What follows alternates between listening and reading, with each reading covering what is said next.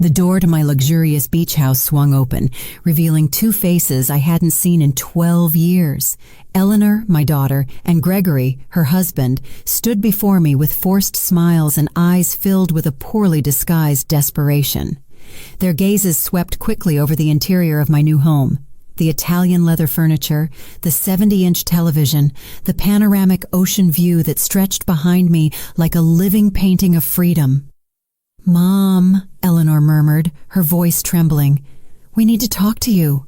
For 12 long years, these two human beings had erased me from their lives as if I had never existed.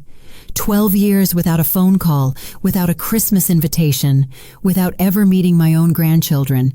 And now, after I had bought this multi-million-dollar house in cash, they appeared on my doorstep like ghosts from the past, returning only when they caught the scent of money. I watched them in silence, noting every detail of their worn-out appearance. Gregory tried to peek over my shoulder to see more of the interior of my seaside sanctuary. Eleanor wore a faded green dress that had seen better days, and her synthetic leather shoes showed cracks that spoke of financial hardship. Worry lines marked her forehead like furrows in dry earth, and her hands trembled slightly as she awaited my response. "Talk," I repeated with a calmness that surprised even myself. How interesting. After 12 years of absolute silence, now you want to talk.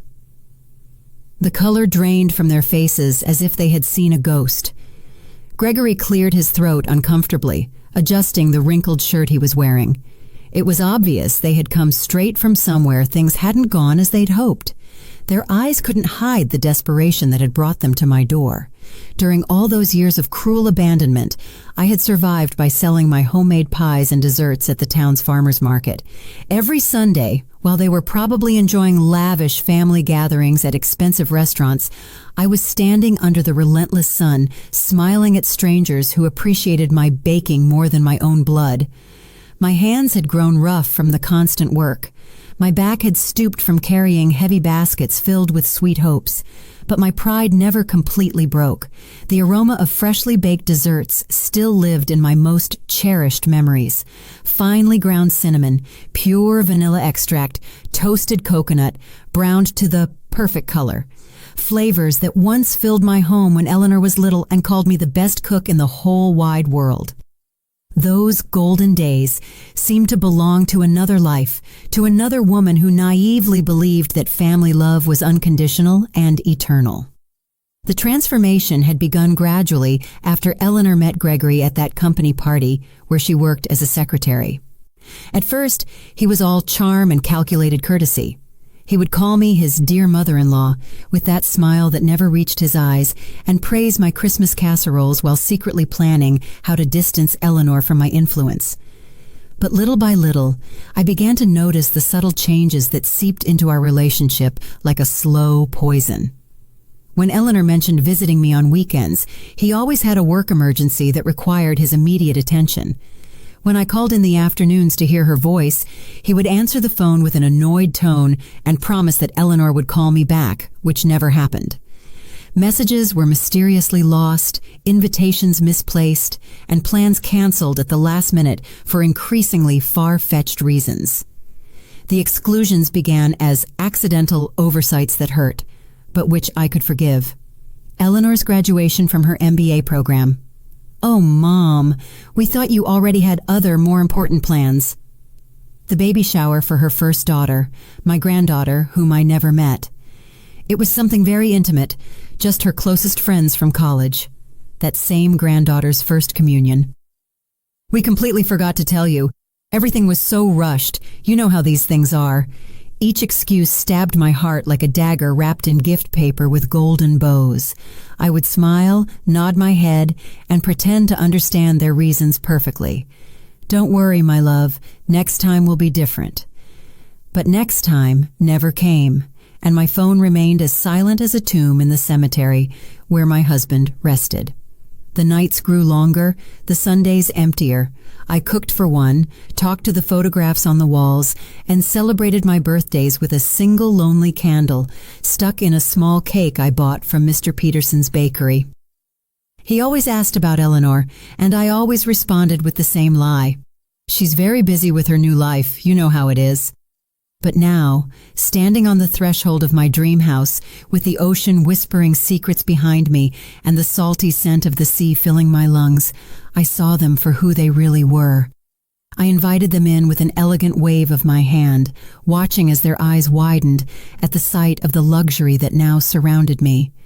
The Italian marble floor gleamed under the natural light, pouring in through the enormous windows, reflecting their small, nervous figures. Eleanor walked behind Gregory like a shadow, keeping her head down while he appraised every piece of furniture, every work of art, every detail of my new reality with the poorly concealed greed of a professional appraiser. "Sit down," I said, gesturing to the cream-colored leather sofa that had cost more money than they had seen together in years. "I suppose after so much time, you have a lot to tell me." Gregory cleared his throat, adopting that important man posture he always used when he wanted to impress someone. "Annabelle, we know it's been a few years since we've spoken, but 12 years. I interrupted him with a firm voice. "Not a few years, 12 exact years since you decided I didn't exist." Eleanor finally looked up, and I could see tears welling in her eyes, but they no longer moved me as they once had. I had cried too many nights alone to allow her calculated tears to manipulate me now. "Mom, it wasn't our intention. Things got complicated. Gregory's job, the kids."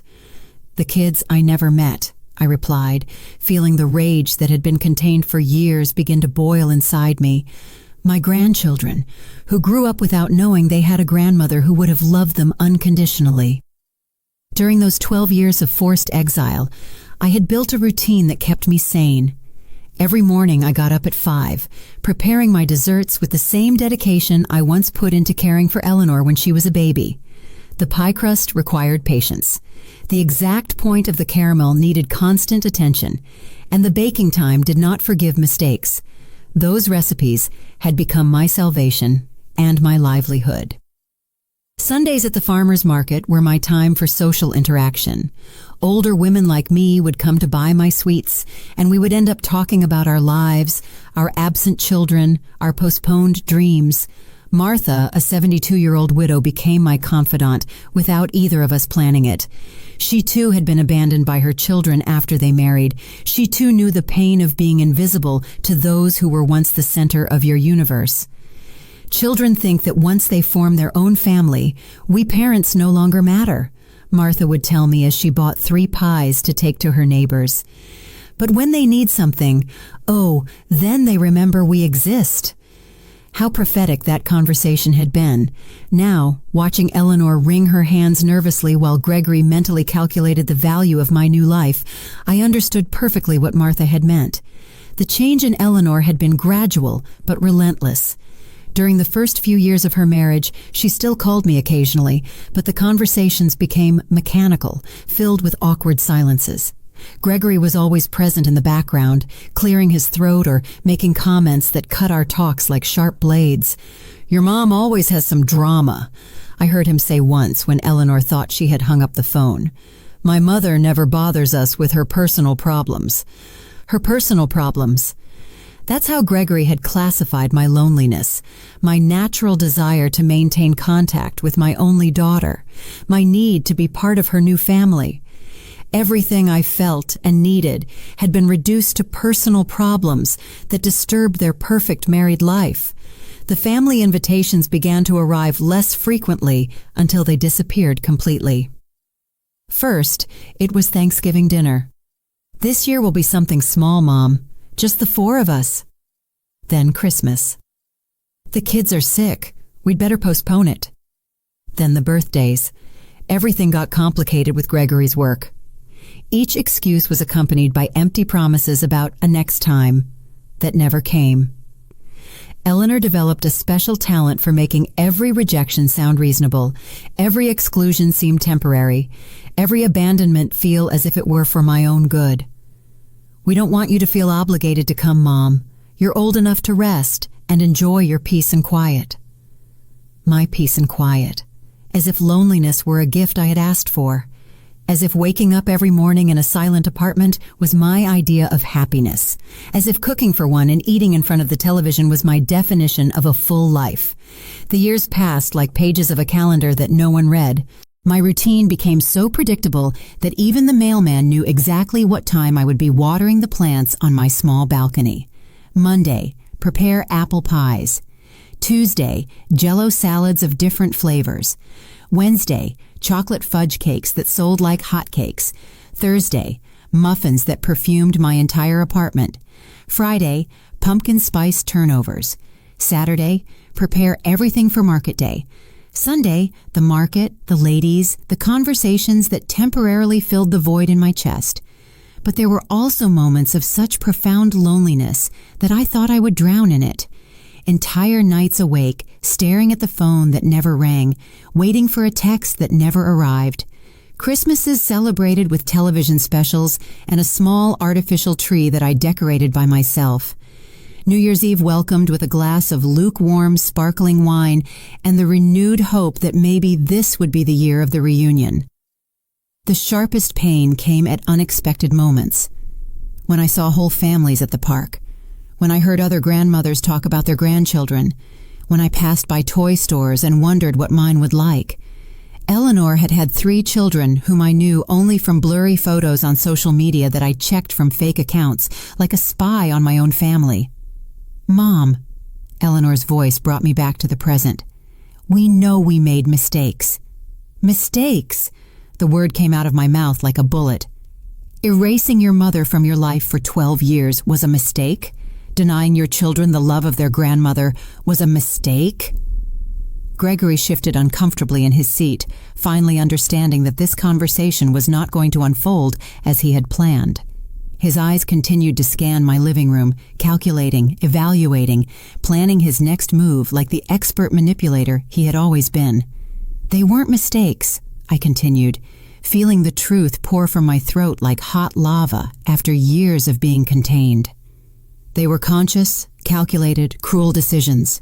You chose to erase me from your lives as if I were an old piece of furniture that was no longer useful to you. Eleanor began to sob, but her tears no longer had the power to disarm me as they once had. I had cried alone for too many nights, wondering what I had done wrong, how I had failed as a mother, why my unconditional love had not been enough to keep my family together. Mom, please, let us explain. Eleanor tried between sobs. Explain what? My voice rose without my being able to control it. Are you going to explain to me why I didn't know my granddaughter when she took her first steps? Why I wasn't there when my grandson lost his first tooth? Why I spent 12 Christmases cooking for no one while you built family memories without me? Gregory finally spoke, using that condescending tone he had perfected over the years. Annabelle, we understand that you feel hurt. But families sometimes need space to grow. It was nothing personal against you. The laugh that escaped my throat sounded so bitter that even I was surprised. Nothing personal, Gregory? You turned my daughter into a stranger. You planted poison in her heart against me. You decided that I had no place in the life you were building. I remembered with painful clarity the day Eleanor communicated her final decision to me. It was a rainy Tuesday in October, exactly 12 years ago. She arrived at my apartment with an expression I had never seen on her face before. Cold, distant, as if she were fulfilling an unpleasant obligation.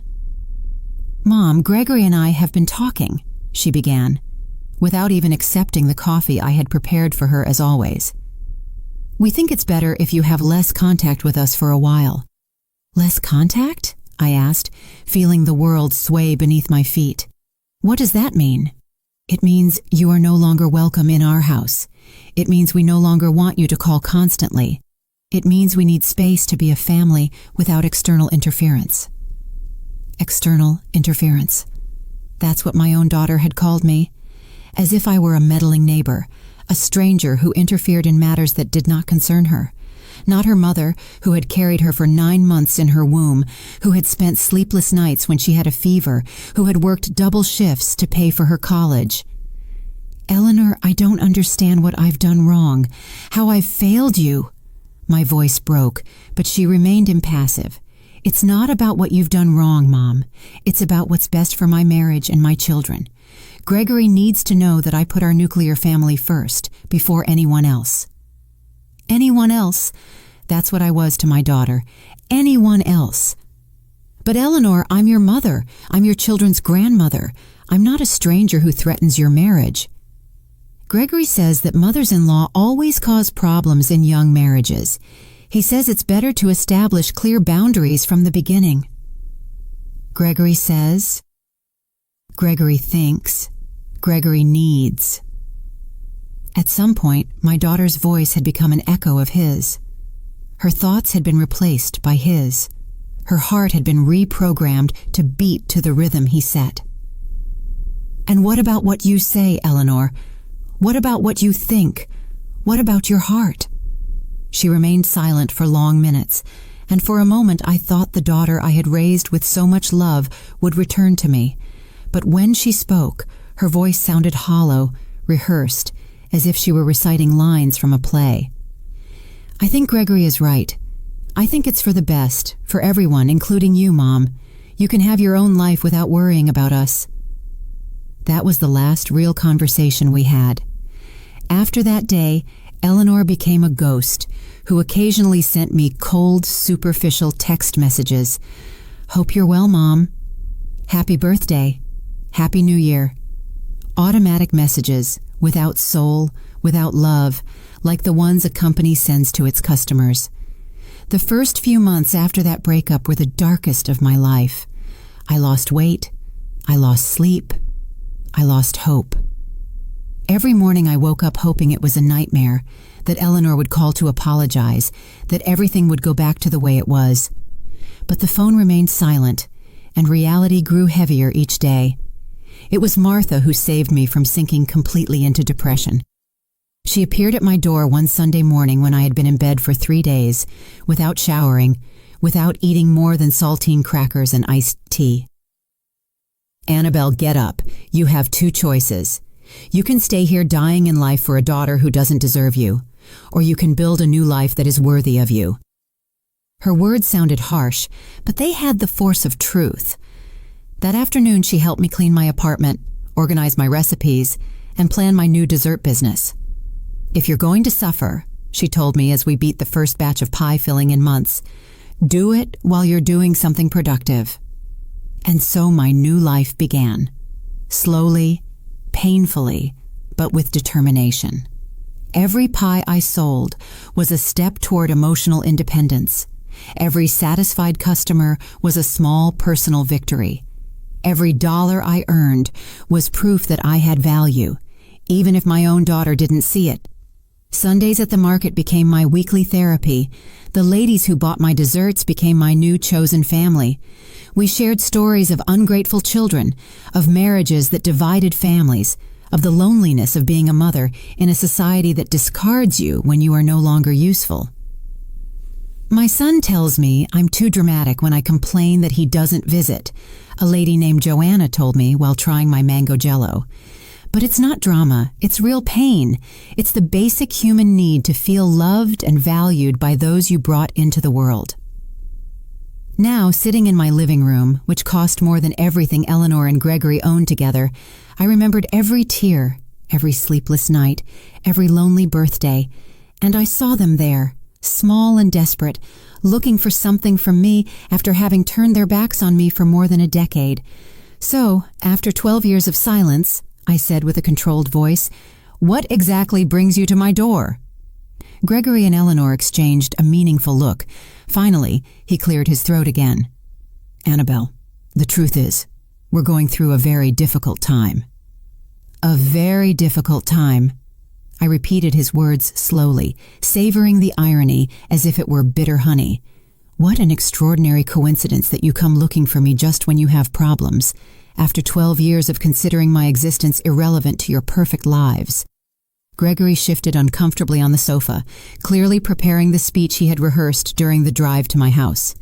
His eyes avoided mine as he formulated the words he thought would soften my heart.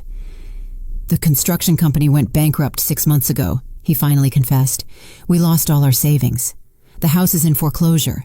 Eleanor had to quit her job to take care of the kids because we can't afford daycare. We're living with my parents, but they have financial problems too. Eleanor nodded desperately, as if confirming their misfortune would automatically generate my compassion. Mom, the kids ask why they don't have their own room, why Dad is always angry, why Mom cries at night. We don't know what to do. Ah, I said, leaning back in my Italian leather armchair. So now I'm useful. Now I exist. Now I'm part of the family. How convenient. During those 12 years of ostracism, I had developed a special ability to read between the lines, to detect emotional manipulation, to protect myself from people who only approached when they needed something. The ladies at the market had taught me that children often return to their parents when life hits them, not out of genuine love, but out of pure convenience. It's not like that, Mom, Eleanor protested, her voice breaking. I've always loved you. I've always thought of you. It was just that the circumstances, I interrupted her with a smile that didn't reach my eyes. Let's talk about circumstances, Eleanor. When your first son had pneumonia 8 years ago and was hospitalized for a week, where was I? When your second son broke his arm playing soccer 5 years ago, did you call me? When your youngest daughter had problems at school last year, did you think to ask her grandmother for advice? Each question was an arrow aimed at the center of her guilt. Eleanor paled with each one because she knew the answer was the same. She hadn't thought of me at any difficult moment in their lives. Only now, when they needed money, when their world was crumbling financially, had they remembered they had a mother. We knew you had financial problems, Gregory muttered, trying to justify the unjustifiable. We didn't want to be a burden to you when you could barely support yourself selling desserts. The audacity of his comment left me speechless for a moment. Not only had they justified my exclusion because of my poverty, but now they had the nerve to admit it openly, as if it were a valid reason to abandon a loved one. I see, I said with a calmness that surprised me. So I wasn't good enough for you when I was poor, but now that you know about my new financial situation, I'm suddenly valuable enough to receive a visit. The truth about my economic transformation was something they couldn't imagine. 3 months ago, while preparing pies for the Sunday sale, I received a call that changed my destiny forever. It was a lawyer from the city informing me of the death of my Aunt Joan, my late father's sister, who had lived in the United States for 50 years without our family knowing much about her. Aunt Joan had been the black sheep of the family, the one who left young in search of the American dream and never returned. For decades, we only received occasional Christmas postcards, but we never really knew how she had fared in life. It turned out she had done extraordinarily well.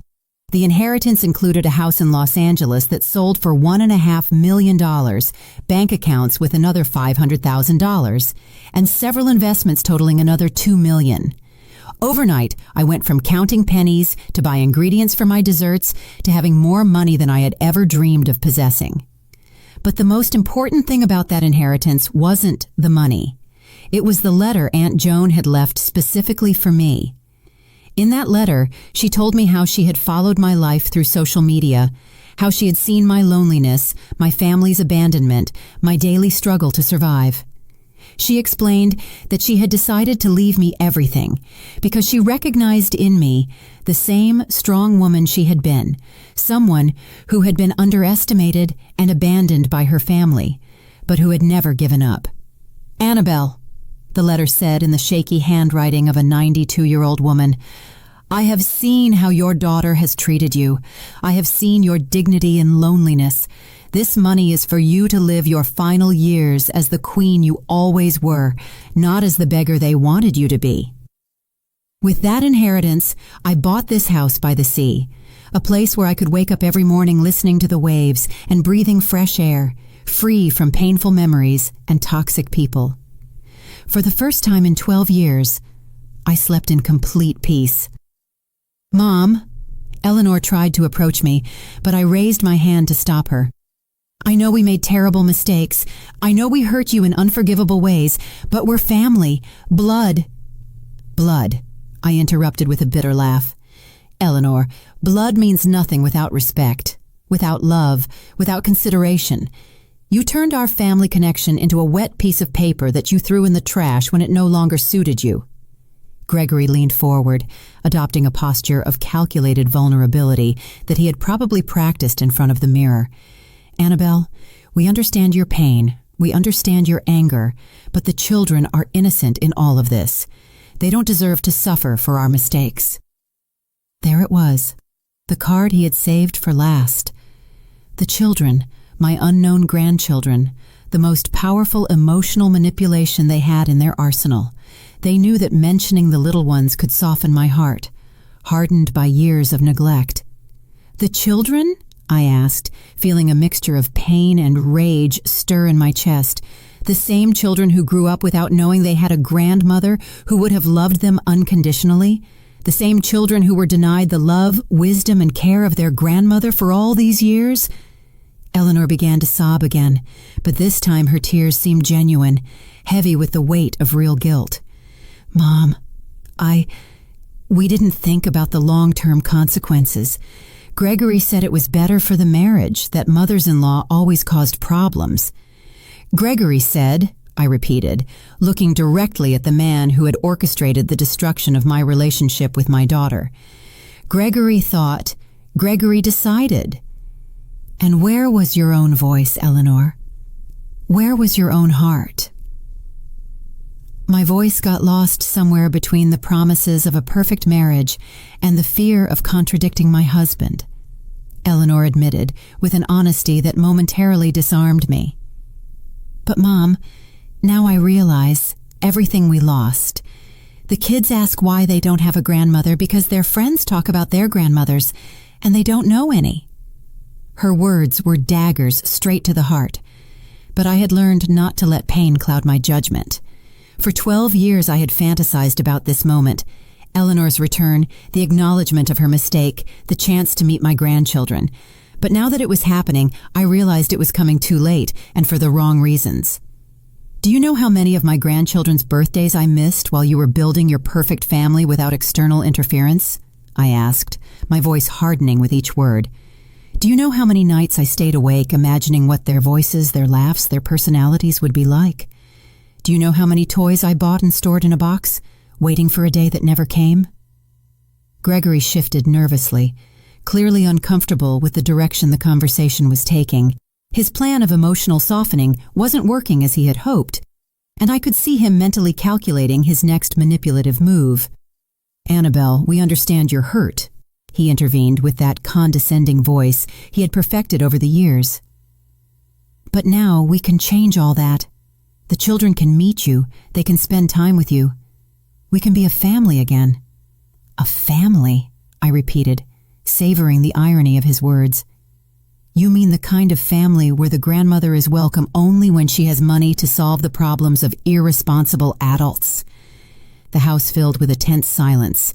Through the large windows, I could see the ocean waves breaking against the rocks, a constant reminder of my new freedom and my hard-won independence. This place represented everything I had achieved without them, everything I had built from the ashes of my abandonment. During these 3 months living by the sea, I had developed a completely new routine. I woke up each morning to the sound of seagulls, not to the silent cry of loneliness.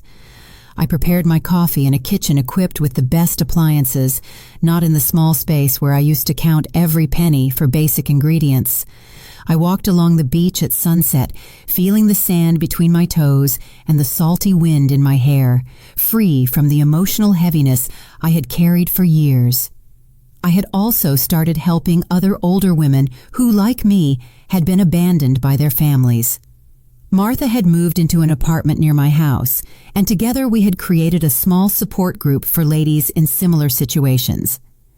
On Wednesday afternoons, we would gather in my living room to share stories, emotional survival strategies, and of course, my homemade desserts.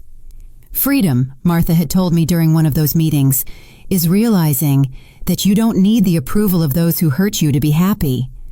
Her words had resonated in my heart like a bell of truth. For the first time in decades, I was living for myself, Not waiting for calls that never came, not cooking for children who didn't visit, not dreaming of family reunions that existed only in my imagination. "Mom," Eleanor approached the edge of my armchair, her eyes red from crying. "I know I don't deserve your forgiveness. I know I don't deserve a second chance, but I swear on my children that if you help us now, things will be different. I will be different." "Different how?" I asked, keeping my voice cold and controlled. "Different until you solve your financial problems and don't need me anymore?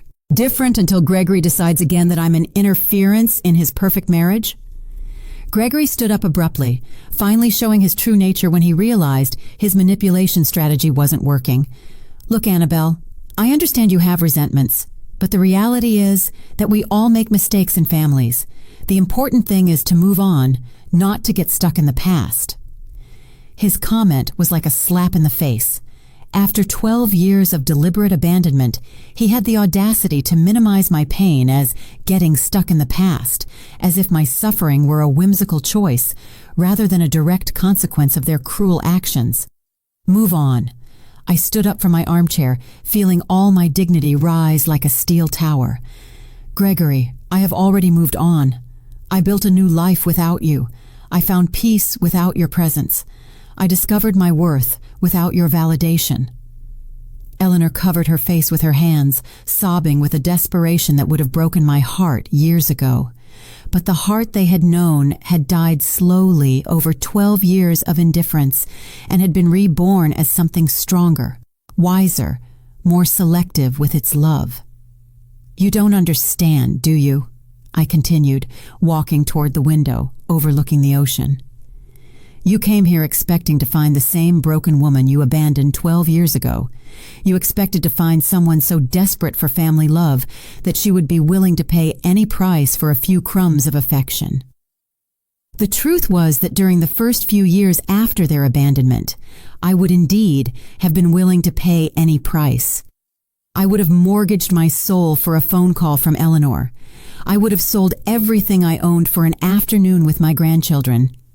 I would have begged for forgiveness for offenses I never committed just to be part of their lives again. But time and pain had taught me valuable lessons about self-love and personal dignity. The afternoons with Martha and the other ladies had shown me that family abandonment was more common than I thought, and that surviving it was not only possible, but could be the beginning of a more authentic and satisfying life. For years I blamed myself, I confessed, still looking out at the ocean. I thought I had failed as a mother, that I had been too meddlesome, too present, too loving. I tortured myself looking for the exact moment I lost my daughter. I turned to face them directly, and I could see how my words were affecting them in different ways. Eleanor seemed genuinely devastated, as if she were finally understanding the magnitude of the damage they had caused. Gregory, on the other hand, showed signs of impatience and frustration, clearly calculating whether it was worth continuing with this strategy or if he should try a different approach. "But eventually I understood the truth," I continued. "I didn't lose my daughter because of something I did wrong. I lost her because she chose a man who considered having a present mother-in-law a threat to his fragile masculinity. I lost her because she valued her husband's approval more than her mother's love."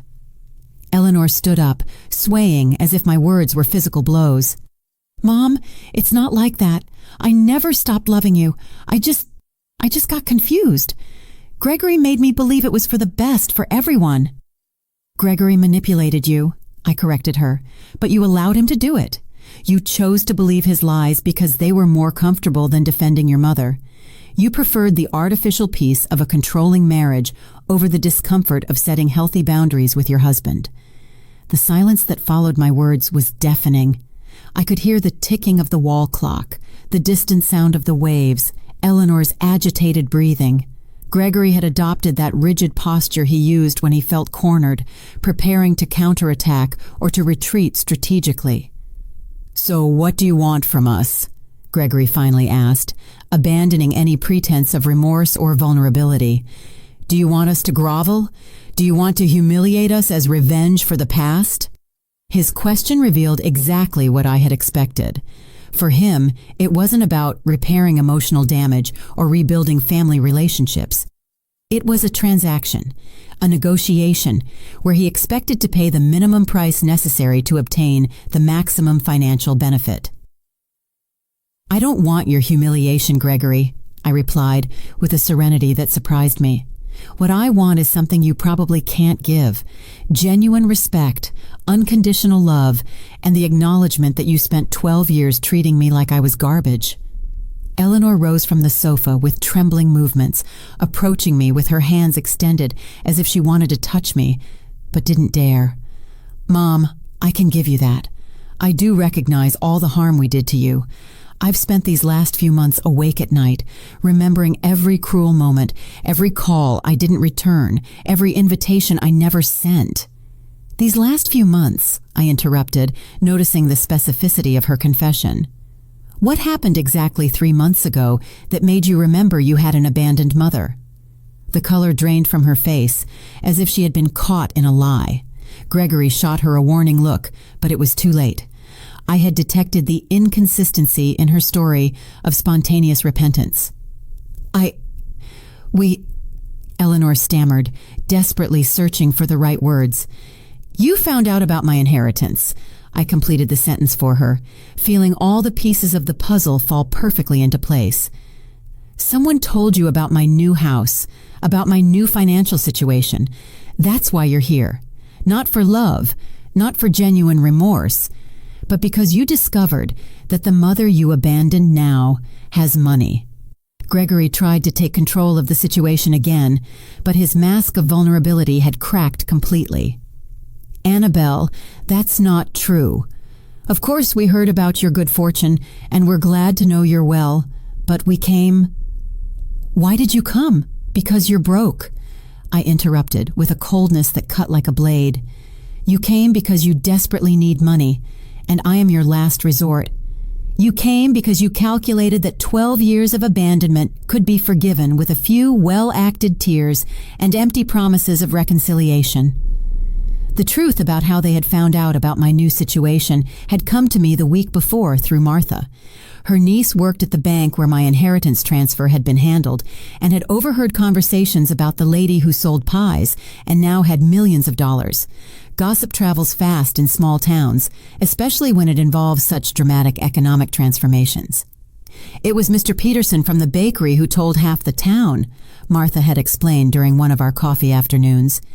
"He says Eleanor and Gregory have been asking around about you, wanting to know if it's true you got rich overnight."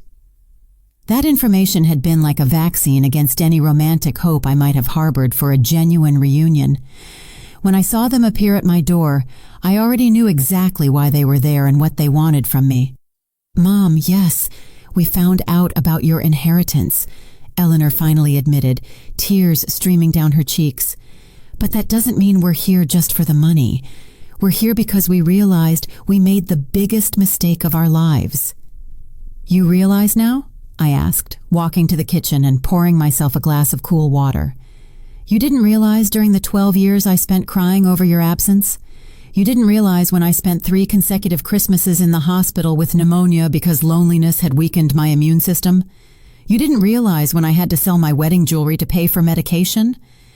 Each revelation was a bomb that exploded in the tense silence of my living room. Eleanor knew nothing about my illnesses, my financial crises. The nights I had considered it would be easier to simply not wake up the next day. To her, I had existed in a time bubble, frozen at the moment of her departure, patiently awaiting her eventual return. "We didn't know," Eleanor murmured, but her excuse sounded hollow even to herself. "You didn't know because you never asked," I corrected her. "For 12 years you could have picked up the phone just once to find out how your mother was. You could have sent a text message asking if I needed anything. You could have stopped by my apartment to check if I was still alive." Gregory stood up abruptly, clearly frustrated that his plan of emotional manipulation was not yielding the expected results. "All right, Annabelle, we get it, you're angry. But we're here now. We're here asking for forgiveness, wanting to fix things. Doesn't that count for something?" His question revealed the depth of his misunderstanding of the damage they had caused. For him, forgiveness was something that could be obtained by simply showing up and apologizing, as if 12 years of emotional abandonment could be erased with one uncomfortable conversation. What counts, Gregory, is the moment you decided to come. You didn't come when I needed you. You came when you need me. I walked over to the window overlooking the backyard, where I had planted red roses that were blooming beautifully under the coastal sun. Those roses represented my rebirth, my ability to create beauty even after being cruelly pruned by those who were supposed to care for me.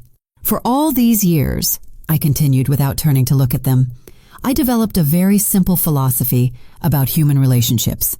People show you who they really are through their actions, not their words. You showed me that I had no value in your lives when things were going well. Eleanor came up behind me, and I could feel her trembling presence near my shoulder. Mom, we were young, stupid, influenced by wrong ideas about marriage and family, but we've grown up, we've matured. You've gone broke, I corrected her without turning around. You haven't matured, you've gone broke, and now that you need financial help, you suddenly remember you have a mother. The silence that followed was broken by the sound of my phone. It was Martha, probably calling for our weekly gardening session. I let it go to voicemail, but her call reminded me of something important. I had a full and satisfying life without them. I had genuine friendships, purpose, peace of mind. I didn't need validation from people who had treated me like a disposable object. Do you know what the most painful moment of all these years was? I asked, finally turning to face them. It wasn't when you stopped inviting me to celebrations. It wasn't when you stopped calling. It was when I realized that I loved you unconditionally, but your love for me had conditions that you never clearly explained. Eleanor began to sob again, but this time her tears seemed to come from a deeper, more genuine place. Mom, I love you. I've always loved you. It's just that I let others convince me that love was problematic for my marriage. And now that your marriage is in a financial crisis, I observed, suddenly that love is no longer problematic. How convenient.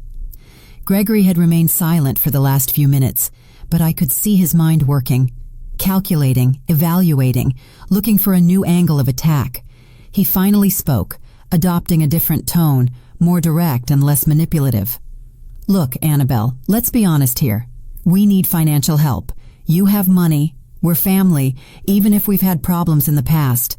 Isn't it natural for family to help each other in difficult times? His brutal honesty was almost refreshing after so much poorly acted emotional manipulation. At least now we were speaking clearly about what they really wanted from me. It's interesting that you mention the concept of family helping each other, I replied with a smile that was anything but warm. Where was that family philosophy when I was working 14-hour days selling desserts to survive? Where was that family solidarity when I had to choose between buying medicine or food? Do you know what's the most pathetic thing about all this? I continued, feeling years of contained pain transform into a crystalline clarity that cut like a scalpel. That if you had come a year ago, when I was still living in that tiny apartment, when I was still counting coins to buy ingredients, I probably would have welcomed you with open arms. I would have cried with joy. I would have forgiven everything without conditions. I would have cooked for you until I dropped from exhaustion. Eleanor covered her face with her hands, her sobs now accompanied by a body tremor that showed the magnitude of her desperation. Gregory, on the other hand, had adopted a more tense posture, like a cornered animal evaluating its escape options. But the money gave me something I never had during those 12 years of abandonment, I went on, walking slowly through my living room like a judge delivering a sentence. It gave me perspective. It gave me the freedom to choose who deserves to be in my life and who doesn't. It gave me the power to say no without fear of the consequences. During my first few weeks living in this house, I had spent many hours reflecting on this exact possibility. What would I do if Eleanor and Gregory appeared at my door? How would I react? Would I be able to maintain my dignity, or would I crumble at the first opportunity to get my daughter back? Martha had been my counselor during those deep reflections. "Money doesn't change who you are on the inside," she had told me as we drank tea on my new terrace, "but it does change how others see you and how you see yourself. The question is, are you going to use that new perspective to be wiser or to make the same emotional mistakes of the past?" Her words had been prophetic. Now, facing the exact scenario we had discussed, I realized that the money had indeed changed me, but not in the way Eleanor and Gregory expected. It hadn't made me more generous with those who had hurt me. It had made me more selective with who deserved my time and my emotional energy. "Mom," Eleanor tried to approach me again, "I understand your anger. I understand your pain. But don't you think everyone deserves a second chance? Don't you think family love can overcome any past mistake?" "A second chance," I repeated, savoring the irony of her words. "Eleanor, you had thousands of opportunities over 12 years to rectify your mistake. Every day you woke up was an opportunity to call your mother. Every birthday, every Christmas, every Mother's Day was an opportunity to remember that you had a family that loved you unconditionally." Gregory shifted restlessly, clearly calculating whether he should intervene or let Eleanor continue with her strategy of emotional appeal. His eyes continued to scan my house, evaluating, calculating, probably estimating how much money he might need to solve his problems, and how much they could ask me for without seeming too greedy. "The difference between a second chance and a 100th chance," I continued, "is that second chances are given out of love. 100th chances are given out of desperation. You are not here for love. You are here for financial desperation." Eleanor slumped onto the sofa as if my words had been physical blows. "You're right," she murmured in a broken voice. "You're absolutely right. We are terrible hypocrites. We are selfish. We are everything you say we are." Her admission of guilt might have been moving if it hadn't been accompanied by the obvious expectation that acknowledging her mistakes would automatically result in my forgiveness and, more importantly, my financial help. "Acknowledging your mistakes is only the first step, Eleanor," I explained with the patience of a teacher explaining basic concepts to a slow student. "The second step is accepting the consequences of those mistakes. And the consequences of abandoning your mother for 12 years don't disappear just because you need money now." I went to the kitchen and started making coffee, not because I wanted to prolong this visit, but because I needed a moment to process the surrealism of the situation. After so many years dreaming of this reunion, the reality was much colder and more calculated than I had imagined. While the coffee was brewing, I could hear urgent whispers between Eleanor and Gregory in the living room. I couldn't make out the exact words, but the tone was clearly one of strategy and negotiation. They were recalibrating their approach, looking for new angles of manipulation. I returned with a tray containing a single cup of coffee. I sat in my favorite armchair and drank slowly, observing them like a scientist studying specimens in a laboratory. "Aren't you going to offer us coffee?" Gregory asked, clearly irritated by my lack of traditional hospitality. "No," I replied simply. "This is not a social visit. This is a negotiation. And in negotiations, hospitality implies equal positions. We are not in equal positions." Eleanor seemed genuinely hurt by my coldness, but Gregory showed an expression of reluctant respect, as if he were finally understanding that the woman in front of him was not the same one they had abandoned 12 years ago. "All right," Gregory said, adopting a more direct tone. "Let's talk clearly. We need $100,000 to save the house and start over. We know you have money. We know we're family. What do you need to hear to help us?" His question was so transactional, so devoid of genuine emotion, that it almost made me laugh. He had reduced 12 years of family abandonment to a simple business negotiation. What magic words did he need to say to access my money? "What I need to hear," I replied after a long sip of coffee, "is the truth about why you really excluded me from your lives. Not sugar-coated versions about youthful mistakes or external influences. The real truth." Eleanor and Gregory exchanged significant glances. It was clear they had prepared several versions of their story, but none had included the brutal honesty I was demanding.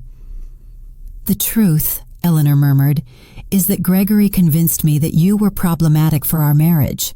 "Problematic how?" I pressed, not allowing her to hide behind euphemisms. Gregory took the floor, probably realizing that Eleanor's victim strategy wasn't working. "I thought you were too present, too opinionated. I thought you interfered in our decisions as a couple." "Interfered how?" I continued to press, determined to extract the whole truth. "You always had suggestions on how to raise the kids, on how to handle money, on where to live." Gregory admitted with an honesty that probably cost him physically. "And Eleanor always listened to you. She always considered your opinion before mine." There it was, the naked truth. Gregory had seen my maternal influence as a threat to his total control over Eleanor. He couldn't tolerate the idea of his wife having a source of wisdom and support independent of him. "So you eliminated me because I represented an alternative voice in Eleanor's life," I summarized. "You eliminated me because my unconditional love for my daughter threatened your need to be her sole source of validation and direction." The silence confirmed my analysis. Eleanor finally lifted her head. Her eyes reddened, but with an expression of belated understanding. "Mom, now I understand that Gregory is wrong. I understand that I need your voice in my life. I understand that I made the biggest mistake of my existence by choosing to please him over honoring our relationship." Her words sounded genuine, but they came 12 years too late and in the wrong context. It was easy to recognize mistakes when the consequences of those mistakes were destroying you financially. "You understand now that you need my voice in your life." I repeated her words slowly. "But you specifically need my voice to say yes to a loan of $100,000. Eleanor flinched at the surgical precision of my observation.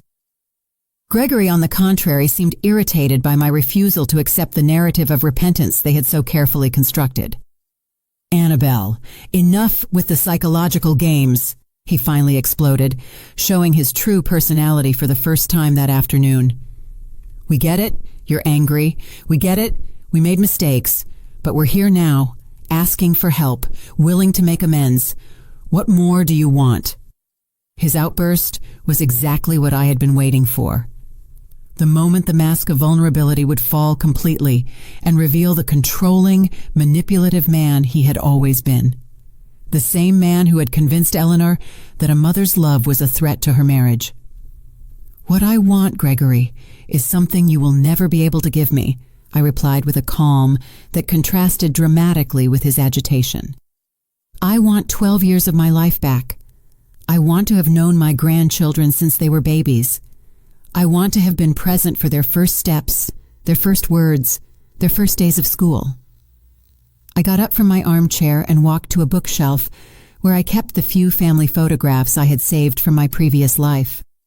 I took one in particular, Eleanor, at 5 years old, smiling with no front teeth, hugging my leg with pure adoration in her eyes. "This little girl loved me unconditionally," I said, showing them the photograph. "This little girl called me her best friend, her hero, her favorite person in the whole world. What happened to this little girl, Eleanor?" Eleanor looked at the photograph with an expression of such intense pain that for a moment I thought she would faint. That little girl grew up and became a weak woman who allowed an insecure man to destroy the most valuable thing she had in her life. Her answer surprised me with its brutal honesty. It was the first time all afternoon that she had shown a real understanding of the magnitude of what she had lost, not just what she needed to recover to solve her current problems. "Exactly," I confirmed, returning the photograph to its place. "And now that weak woman comes looking for the mother she abandoned, not because she has found her strength and her independent voice, but because she needs money." Gregory stood up abruptly, clearly frustrated with the direction of the conversation. "You know what, Annabelle? Maybe you were right from the beginning. Maybe you are too dramatic, too complicated. Maybe it was for the best that we got away from all this emotional drama." His words were like an unexpected gift. After hours of careful manipulation, he had finally shown his true nature, confirming everything I had suspected about him for years.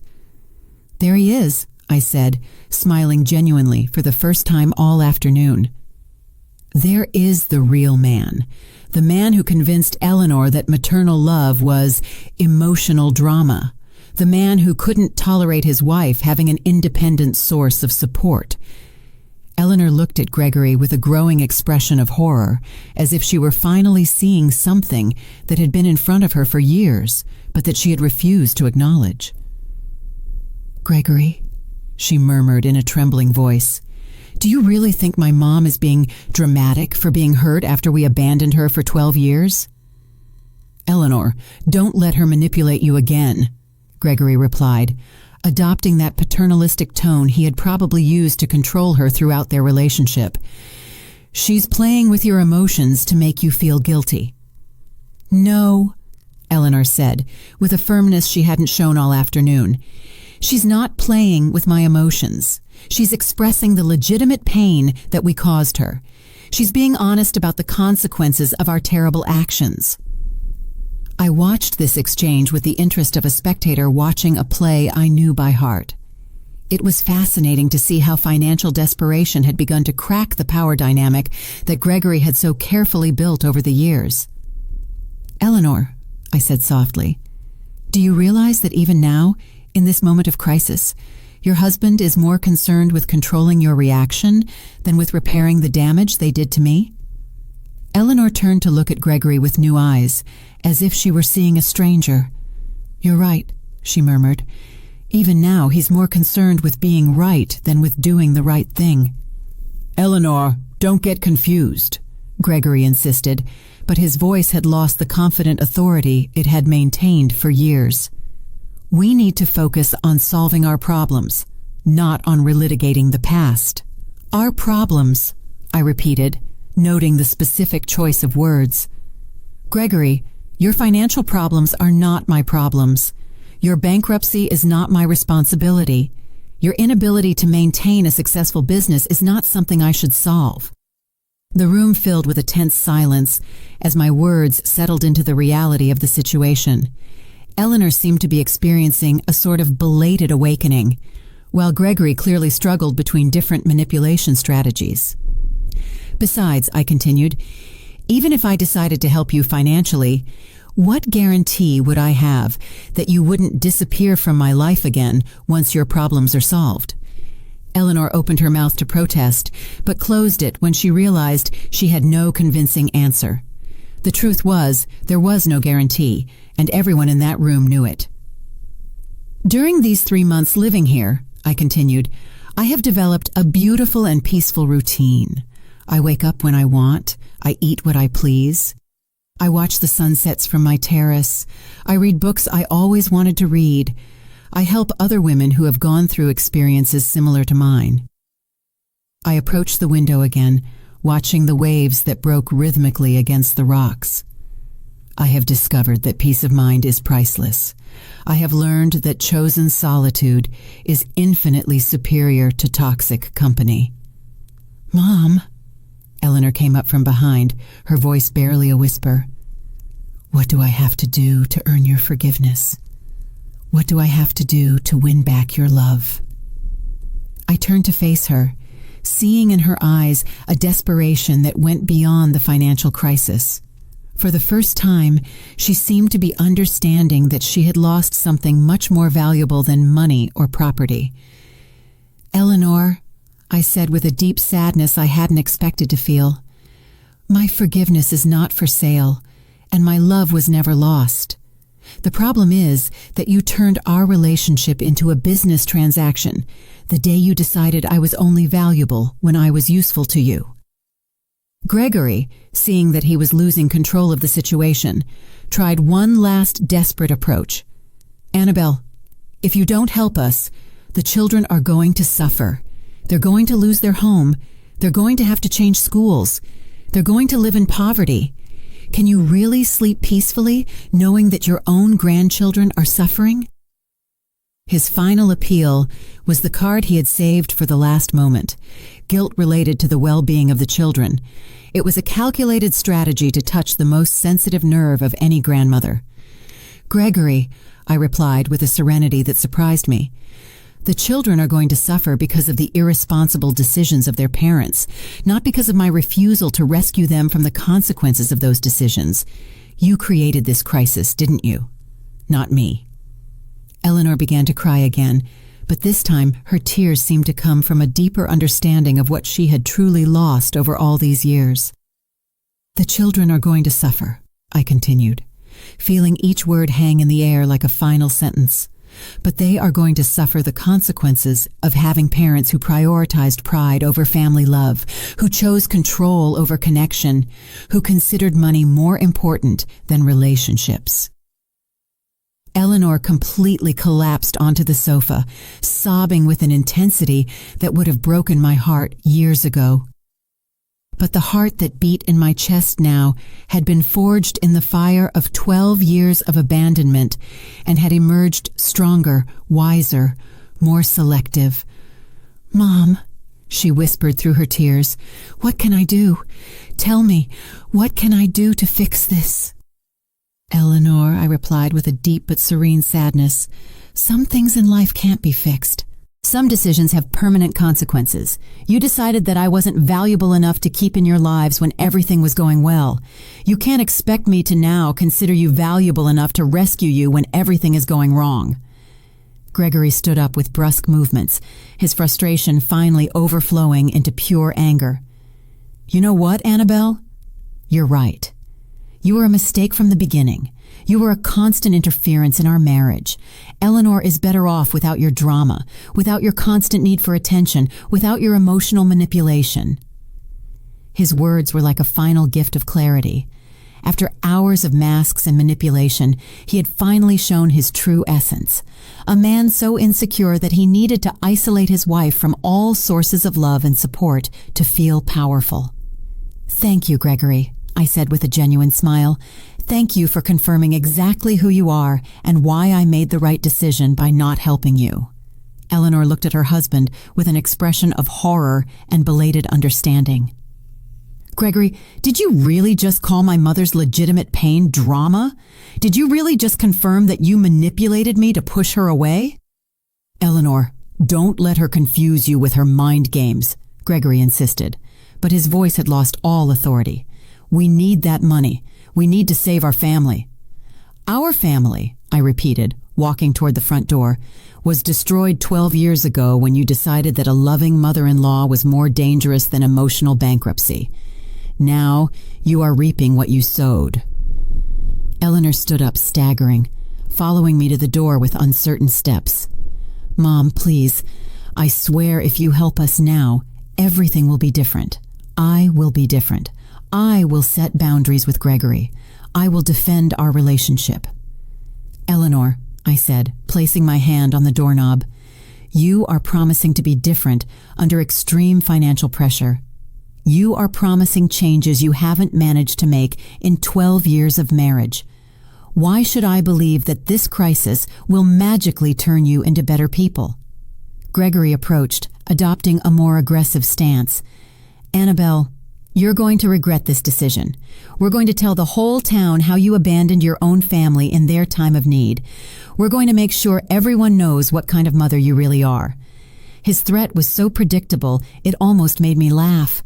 It was the last desperate card of a manipulator who had lost all his power, the threat of destroying my social reputation.